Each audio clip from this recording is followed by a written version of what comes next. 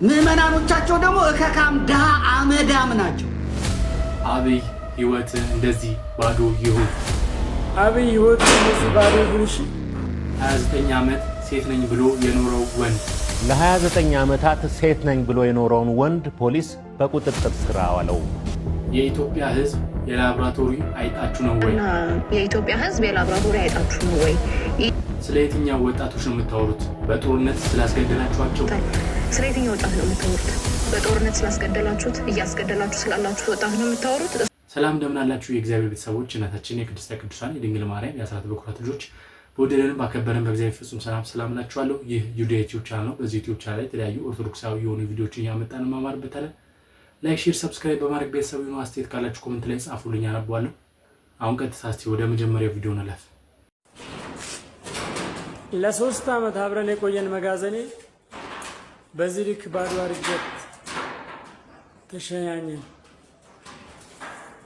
አብይ ህይወት እንደዚህ ባዶ ይሁን። እሺ አመራርህ እንደዚህ ይመንምን ባዶ ይሁን። እዚህ ውስጥ ማሽን ነበረ፣ ብዙ ሰራተኞች ነበሩ። ዘንድሮ ግን ምንም ያው መጋዘኔን መልሼ ባዶ ሆኜ ከስሬ ወጣው። አመራርህ ባዶ ይሁን አብይ። እንግዲህ በግልጽ ወጣቱ ያለበትን ሁኔታ የሚያሳይ ቪዲዮ ነውና በጣም ያሳዝናል። ስንቱ ስራ ፈቷል በዚህ በፌስታል ምክንያትና ያው አንዴ መሆኑ አልቀረም። ከሆነ በኋላ ደግሞ የግድ ስራ ፈቶ መቀመጥ አይደለም፣ ወደ ሌላ ደግሞ ፊታችንን ማዞር ነው፣ ሌላውን እስኪዘጉ ድረስ ማለት ነው። ለእናንተው ነው ጥያቄ። መደመር ብላችኋል። መደመር መጽሐፉን አንብበነዋል። መደመር ማለት ከምዕራፍ ወደ ምዕራፍ ሲሸጋገር የተጣረሱ ሀሳቦች የሚያቀርብ መጽሐፍ ነው። ሲጀምር የኢትዮጵያ ሕዝብ የላብራቶሪ አይጣችሁ ነው ወይ? ኢትዮጵያስ የእናንተ ቤተ ሙከራ ናት ወይ የሚለውን እንድትመልሱልን እንፈልጋለን። ሀገረ መንግስት ጋርም ሀገረ መንግስት ምን እንደሆነ የምታውቁ አይመስለንም፣ በተግባራችሁ ተደጋጋሚ ስላረጋገጻችሁት። ወጣትም ስለወጣት ትጠቅሳላችሁ። ለወጣቱ የስራ እድል የወጣት ሀገር አድርገናታል። ስለ የትኛው ወጣት ነው የምታወሩት? በጦርነት ስላስገደላችሁት እያስገደላችሁ ስላላችሁት ወጣት ነው የምታወሩት? እሱንም ክሊር አድርጉልን። ምክንያቱም ባለፉት ዓመታት ለጦርነት የዋለው ገንዘብ እንኳን ሲተመን አሁን ህዝብ ዳቦና የቤት ኪራይ መክፈል አቅቶ የሚያኖር ሀገር አይደለም መኖር የነበረባት። በቢሊዮን የሚቆጠር ዶላር ነው ለጦርነት የዋላችሁት እና ስለ የትኛው ወጣት ነው የምታወሩት? ስለ ልዩ አጋርነትም አናነሳም ብላችኋል። አሁን ያሉ ባለሀብቶቻችሁ ስርዓት ሲቀየር ይኖራሉ ወይ? ትክክለኛ የሀብት ባለሀብት ናቸው ወይ የሚለውን እንድታነሱልን እንፈልጋለን። ከውጭ ጥገኝነት የተላቀቀ ኢኮኖሚ የሚለውም ኮረም ሳይሞላ በፓርላማ ደረጃ የአይኤምኤፍን ጉዳይ አስወስናችሁ የወርልድ ባንክ ብድር አስወስናችሁ ኮረም ባልሞላበት ሁኔታ በየትኛው መስክ ነው ኢትዮጵያን ከእዳ ወደ ምንዳ ያሸጋገራችኋት? ምክንያቱም ፎርሹር ብር ዲቫሉዌት ሲደረግ በተደጋጋሚ የመኖሪያ ኮስት እና አጠቃላይ ኢንፍሌሽኑ እንደሚጨምር አጣችሁት አይደለም ሙያችሁም ስለሆነ እና ኢትዮጵያ እናንተ የቤተ ሙከራ አይጥናት ወይ? በምዕራፍ እንኳን ሲከፋፈል የተጣረሰ ሀሳብ የሚያቀርብ መጽሐፍ የጻፉ ፕሬዚዳንት ይዛችሁ ኢትዮጵያን መርተናታል የምትሉት በምን አይነት መስፈርት ነው የሚለው እንድትመልሱ ለምንፈልግ። ሰውየውን በጥያቄ ግራ ጋብቷለች። እንግዲህ የፖለቲካ ፓርቲዎች የመናገር ሰዓታችሁ አሁን በቃ በዚህ መድረክ ተብሎ ራሱ መንግስት ያዘጋጀው መድረክ አለና በዛች መድረክ ላይ የውስጣችሁን አውጥታችሁ የምትናገሩበት አንድ በቃ የማያስፈራ ነገር ቢኖር እዚህኛው መድረክ ላይ ነውና አሁን ምርጫው ከተካሄደ በኋላ እንደዚህ አይነት ወሬ አወራለሁ ቢባል አሁን ቀጥታ ወደ ሻቢ ነው የሚወስዳችሁና የፖለቲካ ፓርቲዎች ደፈር ብላችሁ እንደዚህ መናገር አለባችሁ፣ ካልሆነ ህዝቡንም አትመሩትም። የኢዩ ጩፋን መስበር አይቻልም። የተያያዘ ነው፣ ከመንግስት ባለስልጣናት ጋር የተያያዘ ነው። ቢዝነስ ነው፣ ድሃውን የሚያቆረቁዙበት ነው። ኢንቨስተሮች ናቸው። ስርዓት አድርገውታል። እዛ ውስጥ ለመግባት አትችልም። ዮናታንን መስበር አትችልም። የእነ እስራኤል ዳንሳ መስመር መግባት አትችልም። እነ እስራኤል ዳንሳ እነማ የሚቀልዱበት ህዝብ ነው ያገኙት፣ የሚጫወቱበት ህዝብ ነው ያሉት። ፓስተሮቹ ኢንቨስተሮች ሎርዶች ናቸው። ምዕመናኖቻቸው ደግሞ እከካም ድሃ አመዳም ናቸው። እሁድ ስትመጡ ቅባት ተቀቡ ተብለው ዘንጠሽ ለኢየሱስ ነኝ ተብላ ያላትን አድርጋ ጸጉሯን ተተኩሳ ምናምን መታ ለካሜራ ተመችታ ሜካፕ አድርጋ መታ እዛ በቴሌቪዥን ስትታይ አቤት ጴንጤዎቹ ሀብታም ናቸው፣ አቤት ሞገሳቸው፣ አቤት ጸጋቸው ይባላል። ከዛ ከቸርቹ ሲወጡ ወደ አመድነቷ ወደ ኮሾ ኮረምባሬነቷ ትመለሳለች። አለቅ ቢዝነስ ልሰራ ነው እኔ ባርካለሁ አንተ ገንዘብ ታመጣለህ ነው እኮ የሚል ፓስተሩ አይደል እንዴ? እኔ ባርካለሁ እኔ ቃል አወጣለሁ አንተ ገንዘብ ታመጣለህ እና እዚህ ምጮ ለምንድን ነው ይላል። አለቅ ዘመናዊ ጠንቋዮች ናቸው። ዘመናዊ ጠንቋይ ጋር ሄዶ እዛ ሲጠነቆልለት ይከርማል። አደገኛ የፕሮቴስታንት መንፈስ ምን እንደሆነ ልንገራቸው። ቅዱሳን እንዲነሱ የማይፈልጉት ቅዱሳን የሆኑበትን መንገድ ተጋድሎ ስለማይፈልጉ ነው። ሲነገር እንዲሆነው ነው እንዲሆኑት ልንላደር። ስለዚህ ይህን መሆን ደግሞ አይፈልጉም። በቃ እየዘለልክም እየበላህም እየጠጣህም ራስህን ነቢይ መባል ነው የምትፈልገው። ራስህን ጻድቅ ቅዱስ ለመባል ነው የምትፈልገው። አንስ የጠሯቸው እኮ አድራሽ ላይ የሰበስባቸው ቅዱሳን እያሉ ነው የሚጠሯቸው። ከየት አመጡት ታዲያ? ለምንድን ነው መጽሐፍ ቅዱስ ስለ ቅዱሳን የሚነግረን ታዲያ?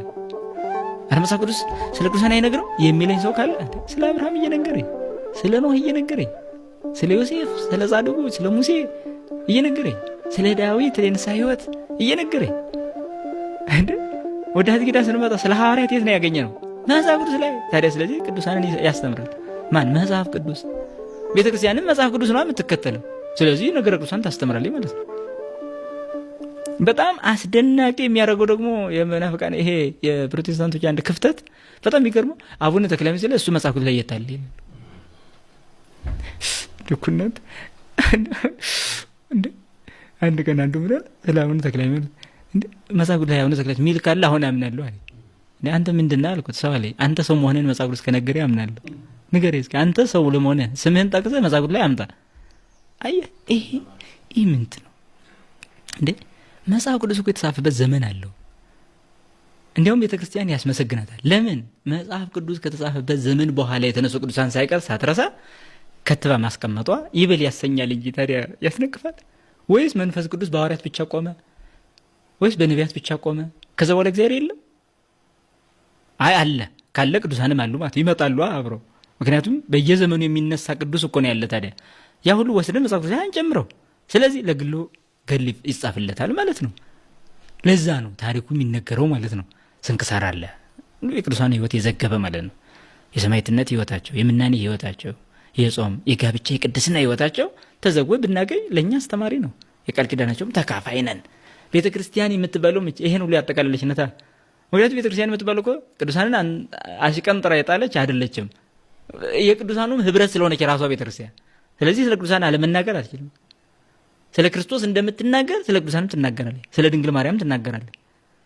ስለ ድንግል ማርያም የማይመሰክር ቤተ እምነት ክርስቶስን እሰብካለሁ ቢል በዲያብሎስ የተታለለ ህይወት ያለው ነው። ይሄ ለምን ሊለኝ አይችልም በፍጹም። በቃ ኢየሱስ አለ። እሺ ምን ማለት ነው ስትለው መድኃኒት ከምን አዳነ? ጥያቄ አለ። ከምን አዳነ? ከኃጢአት። ኃጢአት በማን በኩል መጣ? በቃ አለቀ። ይንገረኛው በማን በኩል ነው ኃጢአት ወደዚህ ዓለም የገባው? እሺ በሔዋን አይደል? እሺ በአዳም አይደል? ስለዚህ በሴትና በወንድ በኩል ነው አይደል?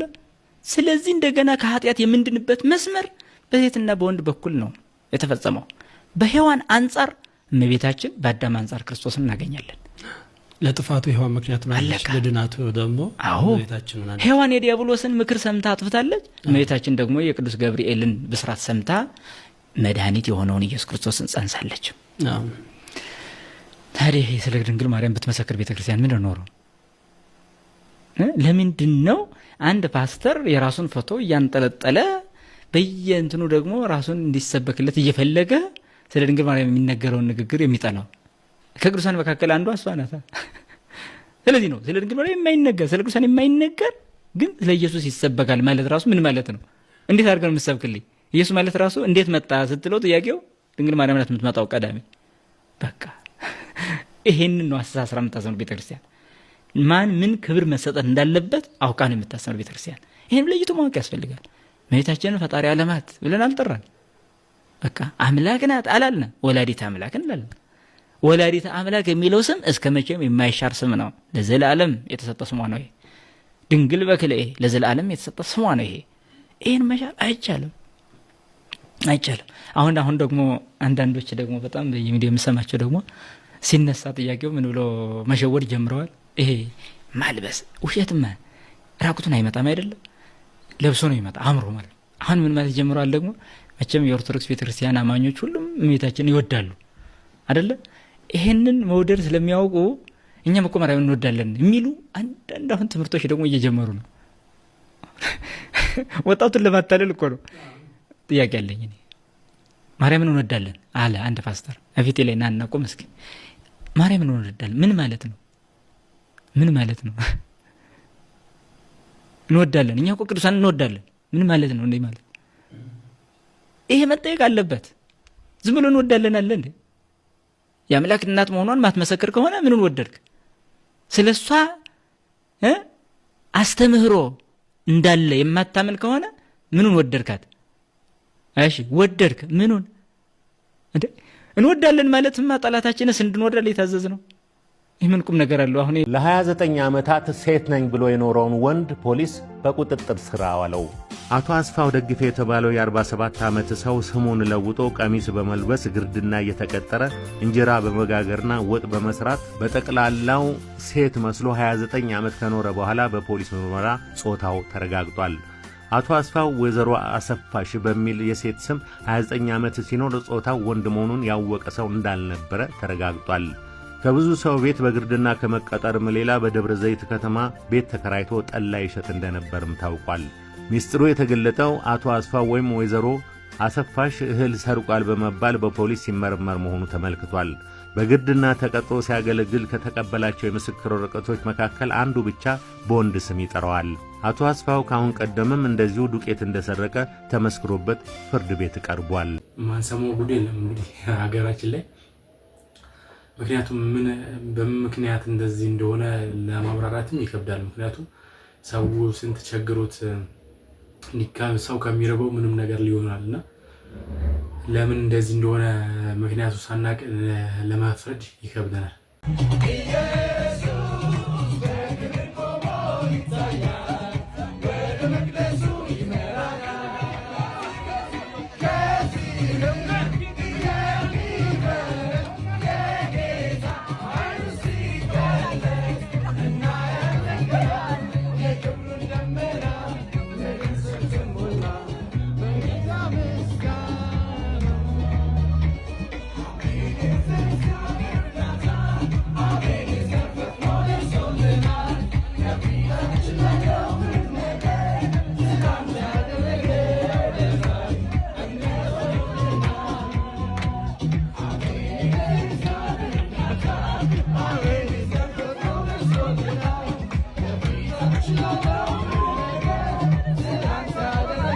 ለእግዚአብሔር